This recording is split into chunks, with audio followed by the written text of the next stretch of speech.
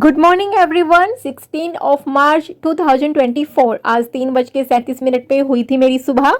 जिंदगी ना विज्ञान के प्रयोग जैसी है। जितनी बार प्रयोग करोगे, एक्सपेरिमेंट करोगे, पहले से उतने ही बेहतर होते जाओगे। इसलिए जो आप बोलते हो कि सुबह उठा नहीं जाता, एक्सपेरिमेंट करते रहो, अपने अपने तरीके ढूंढो सुबह जल्दी उठने के। कोई दूसरा आपको एक तरीका बताएगा, लेकिन क्या पता आप पे कौन सा तरीका इंप्लीमेंट हो। लेकिन जो भी मैंने आप सबको तरीके बताए हैं वो सही में बिल्कुल जेन्युइन है, उनको आप फॉलो कर सकते हो। लेकिन कंसिस्टेंसी तो आपको बनानी पड़ेगी। ऐसा नहीं है कि आपसे एक दिन में ही उठा जाएगा, वो तो आपको निरंतर प्रयास करते रहना पड़ेगा। खुद की नींद को त्याग के, उठ के, अपनी मेहनत करके, अपने सपनों के लिए अगर आपको जीना है तो फिर प्रयास तो आपको खुद ही करने पड़ेंगे।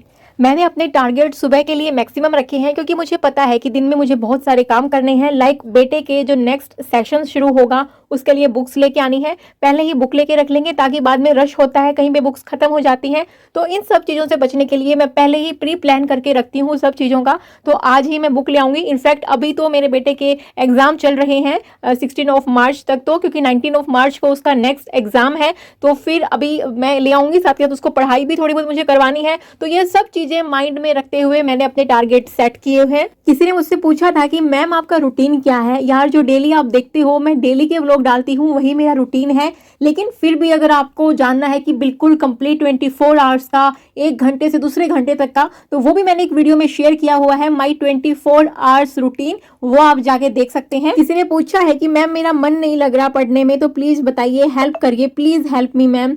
तो यार मैं कैसे हेल्प करूं? अभी आप एक बात बताइए, कोई दूसरा कैसे हेल्प कर सकता है? आपका पढ़ाई करने का मन नहीं कर रहा तो आपको भी थोड़ी सी बात मेरी बुरी लग सकती है, लेकिन मैंने बहुत बार बहुत वीडियोस में शेयर भी किया है कि अपने मन पे कंट्रोल कैसे करें। मन नहीं लग रहा पढ़ाई करने में, यार तो पढ़ाई छोड़ दो। ऐसा कैसा मन हो गया भैया जो आपके कंट्रोल में नहीं है? आप पूरे अपने मन के कंट्रोल में हैं, तो पढ़ाई की फिर आप सोचो ही मत। अपनी जिंदगी जियो। जिंदगी रो रो के नहीं काटनी, जिंदगी जीनी है। आपका मन करना चाहिए तभी पढ़ाई करनी है। मन नहीं कर रहा तो मन को कंट्रोल करना है। मन आपके कंट्रोल भी नहीं हो रहा, आपकी पढ़ाई भी नहीं हो रही, फिर दिन भर का क्यों रोना? पढ़ाई आप छोड़ दो। अच्छा, मैंने आप सबके साथ ना अपने सोशियोलॉजी का सारे रिसोर्सेज थे वो शेयर किए थे कि मैं कहाँ से अपना सोशियोलॉजी जो मेरा ऑप्शनल है मैं कर रही हूँ। बहुत सारे लोगों के कमेंट आए थे कि आप हिंदी मीडियम के लिए बताइए, तो मुझे हिंदी मीडियम का कोई भी आइडिया नहीं है कि सोशियोलॉजी कौन अच्छे से कंप्लीट कराता है, कौन सी बुक अच्छी है।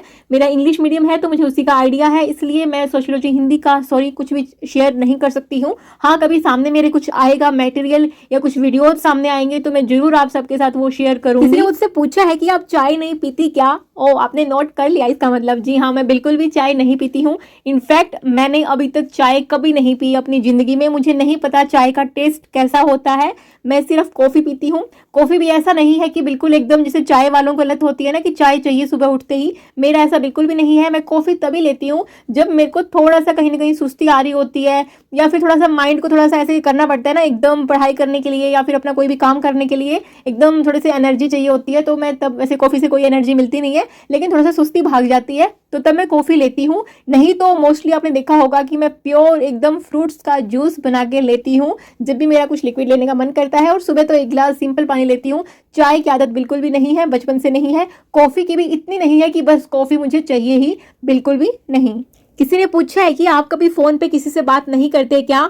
शायद आपने इसलिए पूछा होगा। मैंने बताया था कि मैं फोन को मोस्टली टाइम एयरप्लेन मोड पे रखती हूँ, साइलेंट रखती हूँ, और या फिर स्विच ऑफ ही कर देती हूँ। तो मैं फोन पे बात करती हूँ। जो मैंने पहले बताया था ना कि हमने बेटे को एक चुटकू सा फोन दिया हुआ है सिर्फ और सिर्फ बात करने के लिए, कीपैड वाला। उसी फोन पे मोस्टली घर वालों के फोन आते हैं जब मेरा फोन एयरप्लेन मोड पे होता है। घर वाले मतलब मेरे घर वाले, इन लॉज, इन सब लोगों के। और बाकी किसी के साथ भी मैंने वो नंबर शेयर नहीं किया हुआ है। और जो मेरा खुद का फोन है उससे भी मैं कभी कभी बात कर लेती हूँ जब मेरे पास टाइम होता है, लेकिन मोस्ट ऑफ द टाइम मेरे पास इतना टाइम नहीं होता फोन पे बातें करने का। सच में रियली में होता ही नहीं है। अपने घर में अपने मम्मी लोगों से भी बात, मम्मी लोगों मतलब कि मेरी जो सास हैं मम्मी, वो और मेरी खुद की मम्मी, मायके वाली मम्मी, उनसे भी मैं बातें तभी करती हूँ जब मैं पार्क में टहल रही होती हूँ या बेटे को स्कूल लेने के लिए जाती हूँ। जब फ्री टाइम होता है उसका वेट कर रही होती हूँ, स्कूल के बाहर खड़ी होती हूँ। तो ये सब टाइम ही होते हैं मेरे पास जब मैं फोन पे बातें करती हूँ, नहीं तो इसके अलावा मेरे पास कोई टाइम होता नहीं है फोन पे बातें करने के लिए। किसी ने पूछा है कि मैं 2025 में एग्जाम दूंगा, मुझे ये जानना है कि कोई लेक्चर देखने के बाद नोट्स पीडीएफ तो मिल जाती है, लेकिन फिर नोट्स तो इतने लेंदी हो जाते हैं तो पूरा याद कैसे करें? देखिए, आपने कोई लेक्चर देख लिया, आप जो उनसे पीडीएफ मांगते हैं ना, उससे अच्छा खुद के शॉर्ट्स नोट बनाएंगे तो ज़्यादा बेटर रहेगा। उसके दो फायदे हैं। पहली बात तो जो आप नोट्स बनाएंगे, जो बंदा बोल रहा है सामने वाला, आपके हाथों के साथ साथ आपके माइंड में सिग्नल जाएगा, वो चीज़ें आपको जल्दी याद होंगी, माइंड में ज़्यादा टाइम तक रहेंगी।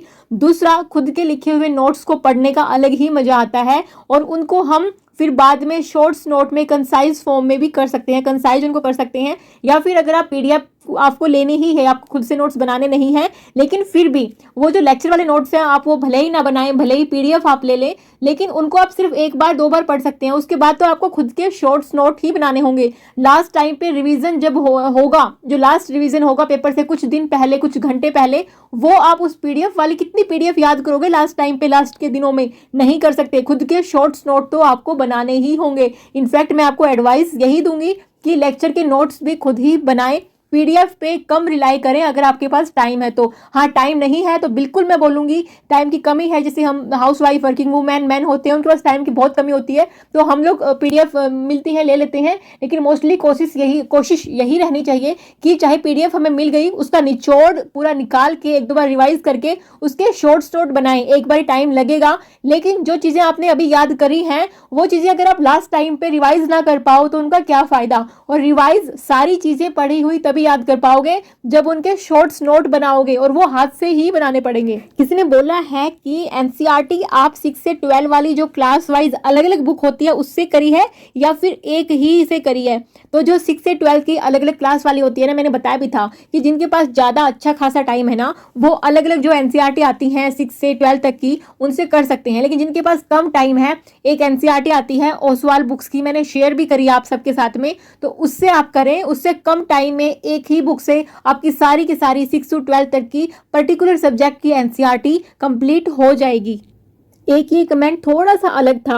अलग कैसे, मैं पढ़ के सुनाती हूँ। इन्होंने लिखा है, नमस्ते दीदी, जब घर वालों से बात करने से मन डिप्रेशन में चला जाता है, पढ़ाई नहीं हो पाती है, तो क्या करूँ? क्योंकि मैं एक मैरिड लड़का हूँ, मेरी शादी में कुछ भी नहीं मिला था और शादी भी अरेंज मैरिज हुई थी। इस बात को लेकर मेरे मम्मी पापा मुझसे बात नहीं करते हैं। जब वो प्यार से बात ही नहीं करते हैं तो मुझे टेंशन होती है, खुद को लेके गिल्टी फील करता हूँ और ना ही पढ़ाई कंटिन्यू कर पाता हूँ। Please guide me how to handle this situation. पहली बात तो आपको गिल्टी फील क्यों होती है। दूसरी बात, जब अरेंज मैरिज थी, आपको शादी में कुछ नहीं मिला, लाइक आप डाउरी की बात कर रहे हो, मतलब जो दहेज होता है, ओके। आज के टाइम में यार, मतलब आज के टाइम क्या, बहुत टाइम से चला आ रहा है प्रथा, और हर जगह पे है ऐसी। और जहाँ पे नहीं है, जो लड़की खुशकिस्मत है, बहुत अच्छी बात है, लेकिन मोस्ट ऑफ द केसेस में ये वाली सिचुएशन होती है। लेकिन इसमें अलग बात ये है कि लड़कियां दुखी होती हैं, क्योंकि उनको दुख मिलता है आगे जाके, उनको ताने मिलते हैं कि अरे तुम क्या लाई हो, तुम्हारी मम्मी ने दिया ही क्या है, ये सब। लेकिन मैं आपका केस ही अलग देख रही हूँ कि आपके घर वाले आपसे नाराज है, ना कि आपकी वाइफ से। अगर ऐसा है या फिर दोनों से नाराज है, पता नहीं मुझे, आपने उसको मेंशन नहीं किया। अगर ऐसा है कि आपके घर वाले आपकी वाइफ से नाराज नहीं है कि वो कुछ लेके नहीं आई, क्योंकि आपको तभी नहीं मिला ना कि वो कुछ लेके नहीं आई, मतलब इनडायरेक्टली तो वही बोलना चाहते हैं। लेकिन लड़कों से नाराज होना, और वो भी अरेंज मैरिज में, पता नहीं यार। और वैसे ना, ये जो इस बात का सार है, इसमें मैं क्या बोलूँ, आपको गिल्ट फील इस बात का होना चाहिए, इस बात पे होना चाहिए कि अगर आपके घर वाले आपकी वाइफ को परेशान करें इस चीज के लिए, तो आपको सही में गिल्ट फील होना चाहिए और आपको अपनी वाइफ का साथ देना चाहिए। और आपको अपने कदमों पे तो आप वैसे खड़े ही हैं, आपको अपने मतलब इंडिपेंडेंट बनना है, पैरों पे खड़ा होना है, दूसरी सेंस में इंडिपेंडेंट बन के, और फिर अपनी वाइफ का साथ कभी मत छोड़ो यार, मतलब बिल्कुल भी नहीं छोड़ना है। और जब घर वाले बोले, उस बेचारी पे सोचो क्या बीतती होगी आपको। आपके घर वाले जब ऐसा गिल्ट फील करवा देते हैं, तो मुझे हैरानी इस बात की होती है कि वो जो बेचारी दूसरे घर से आई है, उसका आपके घर वालों ने क्या हाल किया होगा। लेकिन अगर आप सही में जेन्युइन पर्सन हैं और आपने जेन्युइनली अगर एडवाइस मानी है, बड़ी बहन होने के नाते बोल रही हूँ आपको कि प्लीज़ आप थोड़ा सा मैच्योर बनिए यार। अभी शादी हो चुकी है, आई नो मैच्योरिटी एज के साथ आती है, मुझे नहीं पता आपकी एज कितनी है, लेकिन फिर भी गिल्ट फील जरूर आपको होना चाहिए। लेकिन तब जब आप अपनी वाइफ को कुछ बुरा सुनते हुए देखें, तो प्लीज़ जो भी हस्बैंड लोग हैं, अगर कोई लड़का मेरी वीडियो को देखता हो, तो प्लीज़ लड़कियों की सिचुएशन जरूर समझें। वो अपने माँ बाप को छोड़ के आ जाती हैं, एक दुख उनके लिए छोटा है, एक दुख उनके लिए छोटा है क्या, ये बहुत बड़ा दुख है। आप लोग रह के देखो अपने माँ बाप से, जो 20-25 साल अपने माँ बाप के पास में रहते हैं, और फिर एकदम से एक दिन ऐसा आता है कि जब लगता है कि भैया बस अब ये मेरा घर नहीं, कोई दूसरा मेरा घर है, वो दूसरा घर जहाँ पे हम कभी नहीं गए, कभी देखा नहीं, तो बहुत बहुत बहुत मुश्किल होता है। जितना मैं बहुत बोल रही हूँ ना, उससे भी कहीं ज़्यादा। तो आप सबको समझनी चाहिए यार सिचुएशन। और उसके बाद सपने पूरे करने की सोचती हैं लड़कियाँ, वो सपने पूरा करना तो बहुत दूर की बात होती है। और ही अलग अलग सिचुएशन आ जाती हैं और ये मुश्किलें बहुत आ जाती हैं लाइफ में। तो प्लीज़ जो भी वीडियो को देख रहे हैं, प्लीज़ वुमेन की बात को समझिए यार। मेरा ये चैनल का मेन मोटो ही यही है कि जो लड़कियां होती हैं ना, वैसे लड़कों को भी बहुत कुछ सीखने को मिलता है, कमेंट्स भी बहुत सारे आते हैं और बहुत सारे मेरे छोटे भाई हैं, बड़े भाई हैं, सब कमेंट करते हैं। तो ठीक है, अच्छा लगता है, लेकिन स्पेसिफिकली लड़कियों के लिए मैं इसलिए बोल रही हूँ क्योंकि मैंने वो सिचुएशन फील की है। जब आप मतलब छोड़ के आ जाते हो ना अपना घर बार सारी चीज़ें, तो बहुत सारी चीज़ें टैकल करनी पड़ती हैं, अपने सपनों को साइड में रख के जीना पड़ता है और अपने सपनों को पूरा करने के लिए डबल ट्रिपल मेहनत करनी पड़ती है। किसी ने पूछा था कि दी एक चीज़ पूछनी है, मेरा सब्जेक्ट केमिस्ट्री है और समझ में नहीं आ रहा कि ऑप्शनल क्या रखूं। ऑप्शनल को समझने के लिए सबसे पहले तो देखना है कि अगर कोई ऐसा ऑप्शनल है जो आपके ग्रेजुएशन सब्जेक्ट में था, तो आप उसको तभी लें जब आपका उस ग्रेजुएशन सब्जेक्ट में इंटरेस्ट रहा हो। क्योंकि बहुत बार ऐसी सिचुएशन होती है ना कि हमारा इंटरेस्ट नहीं होता, लेकिन किन्हीं न किन्हीं और वजह से हमें वो सब्जेक्ट लेना पड़ता है ग्रेजुएशन में। तो सबसे पहले तो अपना इंटरेस्ट देखना है। आप में से किसी ने मुझसे पूछा था कि जब भी मैं objective of Indian polity start करूंगी तो इसका एक बार रिव्यू दूं। तो आज मैंने इसको स्टार्ट किया है। जो फर्स्ट चैप्टर था उसका टेस्ट मैंने दिया है, यहाँ पे मैंने मार्क्स भी लिख लिए हैं। तो मुझे इसका बेनिफिट ये लगा कि जब भी आप लक्ष्मीकांत से चैप्टर को रीड कर लोगे, उसके बाद अगर आपको देखना है कि आपने कितना नॉलेज गेन किया है और किस टॉपिक पे आप कहीं ना कहीं लैग कर रहे हैं, वो आप इसके जो MCQs हैं वो अटैम्प्ट करके देख सकते हैं। तो मुझे तो ये बहुत ही बेनिफिशियल लगी ये बुक। बाकी आप देख सकते हैं।